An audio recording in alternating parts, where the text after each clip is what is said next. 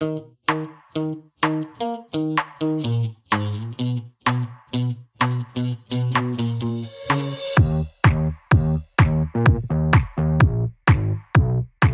to the Sober Podcast. This is your host, Jamie Brickhouse.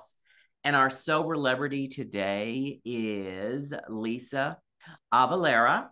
She is the author of the book, Get Me to the Abbey, a memoir about her time in treatment for alcoholism at an Abbey turned residential treatment center. I love that title.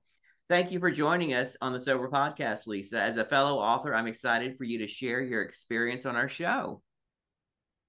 Well, hi, Jamie. It's great to be here. Thank you for having me on your show. Right. And I think an appropriate topic for today's interview is how literature helped me get sober, because I know that's a big part of your story. Even before you became a writer, you were an avid reader, and we're going to get into that. But first, tell us a bit about your journey to sobriety. Okay, so I grew up in Iowa, and my first drink where I drank to get a buzz, I was 14 years old, and it was before a dance the summer before my freshman year in high school. And I liked how it made me feel. And my purpose for drinking that was because of the dance, to be more comfortable with boys, to be more uninhibited, Right. and less self-conscious. And so then from that time on, I drank through high school, not every weekend or anything, mostly because I was afraid of getting caught. So that was a big deterrent. Yeah. But then I went to college, and like most college students, I drank. And I think in retrospect, I always drank to get drunk. I didn't know any other way to drink. What's the point? Is my feeling. Right, exactly. I don't know why you bother. But I do believe that drinking and have relationships with men were intertwined. I think I was drinking to create a better version of myself and to just make myself feel more comfortable and attractive to men. Yeah. And so my drinking continued after college, probably not as much, but on almost every weekend I was drinking. And throughout my adult life, my activities drinking were intertwined with my activities. I like sports, so I would go to sports bars and watch football games, basketball games. Yeah. And tailgating, and I just like going out to bars. And if I was at an activity that didn't have drinking, and a lot of my family activities, especially later in my adult life, my family, they're not big drinkers. So earlier in my adult life, we would have family reunions and there would be more drinking. But as I got older, my siblings, I have four older sisters, their drinking waned, but mine just stayed the same.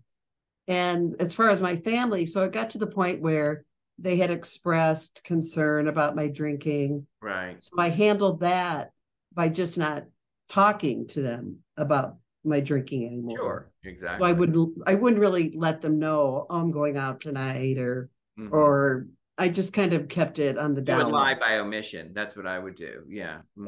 Exactly. So how many years did you drink? I drank for about 40 years. Yeah. Me too. Steadily. There were no long gaps of sobriety at all. What's that? No long gaps of sobriety? No long gaps of sobriety until I went to treatment the first time. Yeah. In 2014. And what brought you there? A relationship fell apart, and I moved back to my hometown with my mother. And I was and part of the intention was to stop drinking, but I was going to do it on my own. Okay. And I stayed sober. I didn't drink for about a month. And then the relationship, I was still hoping for that relationship to work out. And the text, the communication was disappointing, not what I wanted to hear. And then so it was about July 4th that I just started drinking again, and I was going to go back to where he lived and confront him. And my cousin, I don't know what, see, this was not a smart move on my part, but it, in a good way, I guess. So I called my cousin on the phone, and, I was being really dramatic, saying, I'm going to drive down to Iowa City. And she took my car keys away from me and also arranged for an intervention. So two of my sisters were at the intervention, and aunt. And so I ended up in treatment. I was trying to push for outpatient treatment, but And is they that when you went pushed. to the Abbey, or is that later? No, this was the first. The Abbey was the second time I was in treatment. Okay. So I was in treatment. It was at a county facility, and I stayed sober for a year and a half after that, but I was still living with my mom. So I think that was a big deterrent for me to remain sober. Yeah. But then I returned to Iowa City. I got a job, returned to Iowa City, living alone. Again, the relationship situation wasn't, he wasn't responding the way I was hoping he was going to respond, that we would get back together. And just one evening, I was trying to put together a table I got from Wayfair, and I started to feel sorry for myself. And I was just like, I'm going to go get some vodka, and I'm going to drink. And I was thinking that I could manage my drinking. Right. That was my mindset, that, I'm not going to drink every day. I'm just going to drink on weekends. And throughout the course of that year, I just started drinking more and more until it got to be every day. Yeah. Yeah. And then in How long December. Okay. What? Pardon me? How long did that last? It was throughout the year of 2016. So I moved back to Iowa City in January, and it was like mid-January that I started drinking again. So it was the whole year of 2016 that I drank. And then my mother died in December. And then after that, it wasn't a conscious decision, but it was like I became isolated, and I just started drinking. It steamrolled. And I was drinking every day, and it got to the point where I was calling into sick to work every day, and I got a new chunk of sick time at the beginning of the next January, and I just called in sick. And then eventually I just stopped calling in sick, and somewhere along the line I decided that I didn't want to live anymore, and so my plan was to drink myself to death. And so my sisters knew that something was up, because I was isolating. I wasn't returning their calls, or wasn't even returning texts at that point.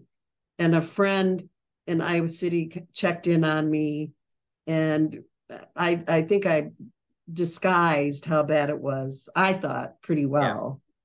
But he took away my keys, and he checked, and at this point I had decided I'm going to drink myself to death. And I kind of felt like I had to, there was more urgency, because people knew how bad my drinking had become.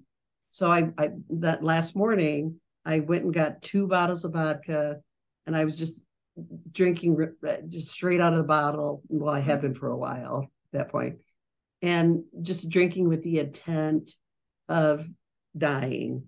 And they found me unconscious on my kitchen floor, and they called an ambulance. And I ended up in the hospital for a week.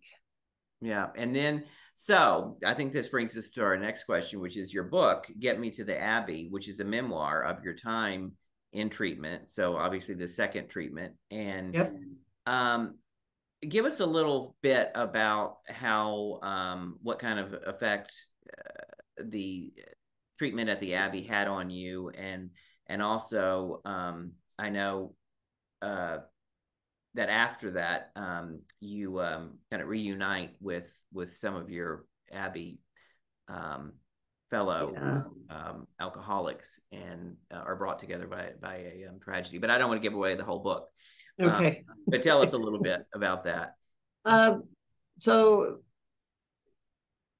and at first I was resisting going to the Abbey. I wanted to go to treatment in Iowa City. I didn't want to go. Yeah, Abbey was an hour east of Iowa City in Bettendorf, Iowa. Yeah. But after I talked to someone on the phone from the Abbey, there was something in the voice of that person on the phone that inside I started to feel a glimmer of hope again, of possibility that I can get better. And so from that point on, signs just kept popping up here and there. When we drove up, my dad went to school at Notre Dame. And so the Golden Dome, was a big landmark of the University of Notre Dame. Okay. And we drove up, and my sister and I, we looked over, and there's this big golden dome. And we just looked up at it and looked at each other, and and we said to each other, oh, that's a sign. And then just more things like that kept happening while I was at the Abbey. And I started noticing them. And then my fellow Abbeyites, it was only like the second day I was there, something funny happened during music therapy. There was a double entendre that was used with the handbells, and we all were just laughing hysterically. Yeah. And it just seemed like a turning point where we were all so much more comfortable with each other. And because of that fellowship, I think that is what was so integral to my experience there being so successful. Oh, that's marvelous. And you know what? This is a good time to stop and say thanks to our sponsor. Hi, I'm Sonia, the founder of Everbloom. We help you change your relationship with alcohol through connection and conversation. We provide small group meetings where you can share your story and get the encouragement and support you need to achieve your goals. Whatever your goals are, we're a judgment-free space. You can find us at joineverbloom.com, BLUME, and try us out with a free meeting. Now let's get back to Lisa Avalera. And so you gave us a little flavor of what happened at the Abbey, and that had the fellowship really kept you, or seemed to have, it was a big part of keeping you sober. And in your bio, you share that you've always had a love of books your whole life, and I was wondering, but then you're an avid reader. But the reading, eventually went by the wayside when the drinking took over. During the drinking years, not so much. Mm-hmm. Yeah.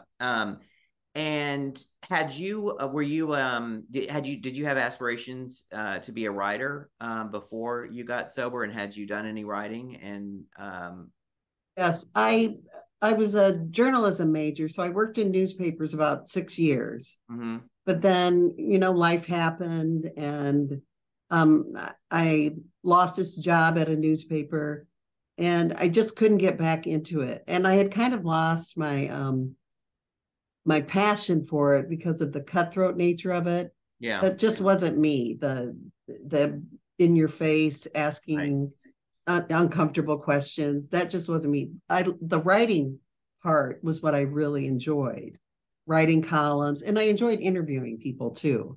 Mm-hmm. But the nature of the journalism business just wasn't me. So it wasn't that disappointing that I fell out of newspapers. Yeah. So I worked at a bookstore for about 9 years.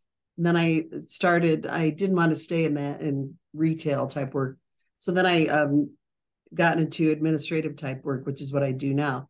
But during that time, I wrote a screenplay about the bike ride across Iowa. Mm-hmm. And So that was the big thing that I wrote. And I would write a short story here or mostly short stories here and there. So always I've always wanted to write something that would be not important, but I did feel like I had something in me that I wanted. I wasn't sure if it was a book or a play or what it was, because I love movies too. But when I was in the Abbey, something just came over me that I want to write about this. Yeah, yeah. And I remember the movie The Lost Weekend.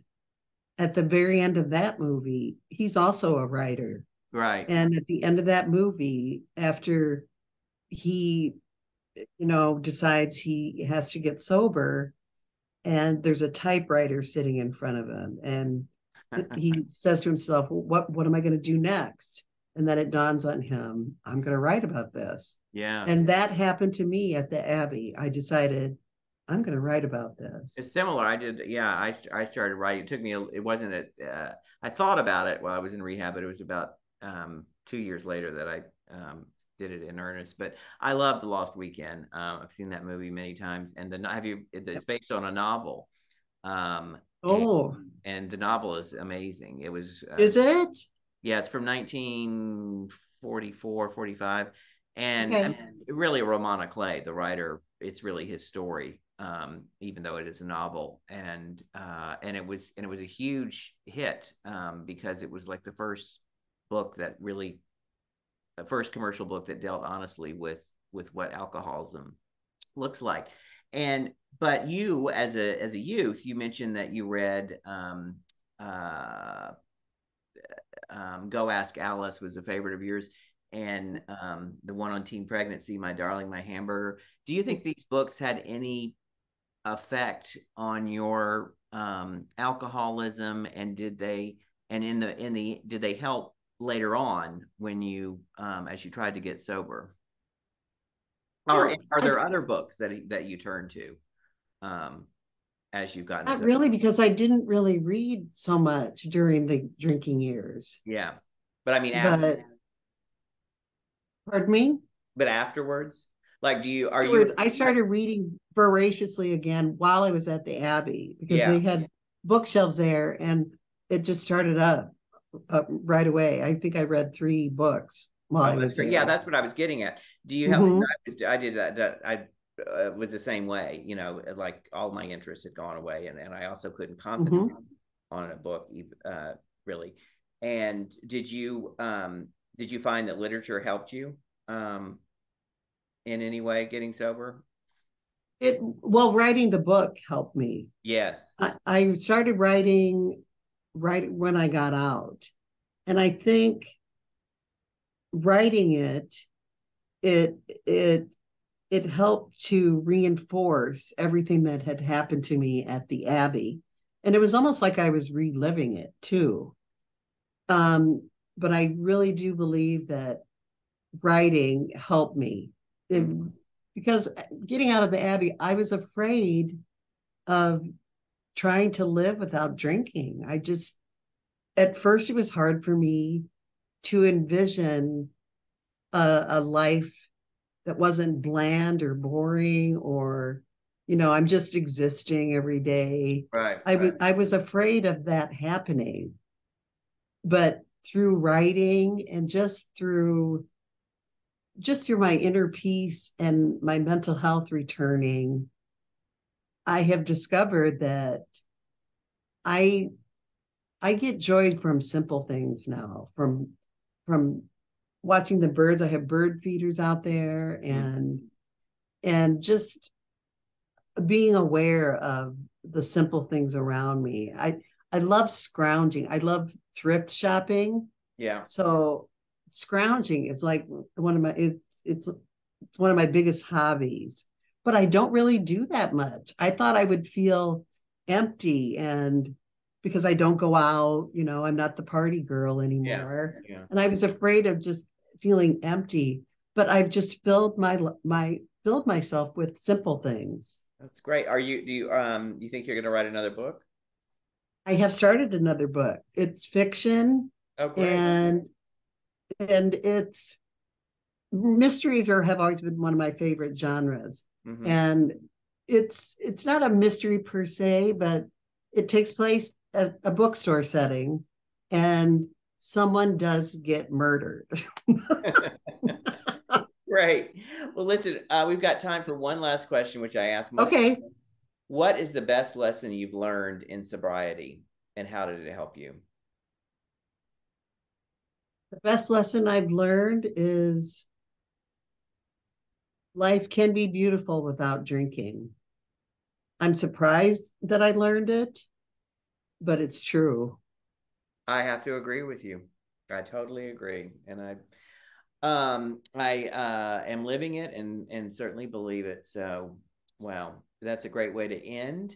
To all our listeners, thank you for your continued support. Visit us on soberpodcast.com, www.soberpodcast.com, and all places that you find major podcasts. Leave us a review, sign up for our mailing list.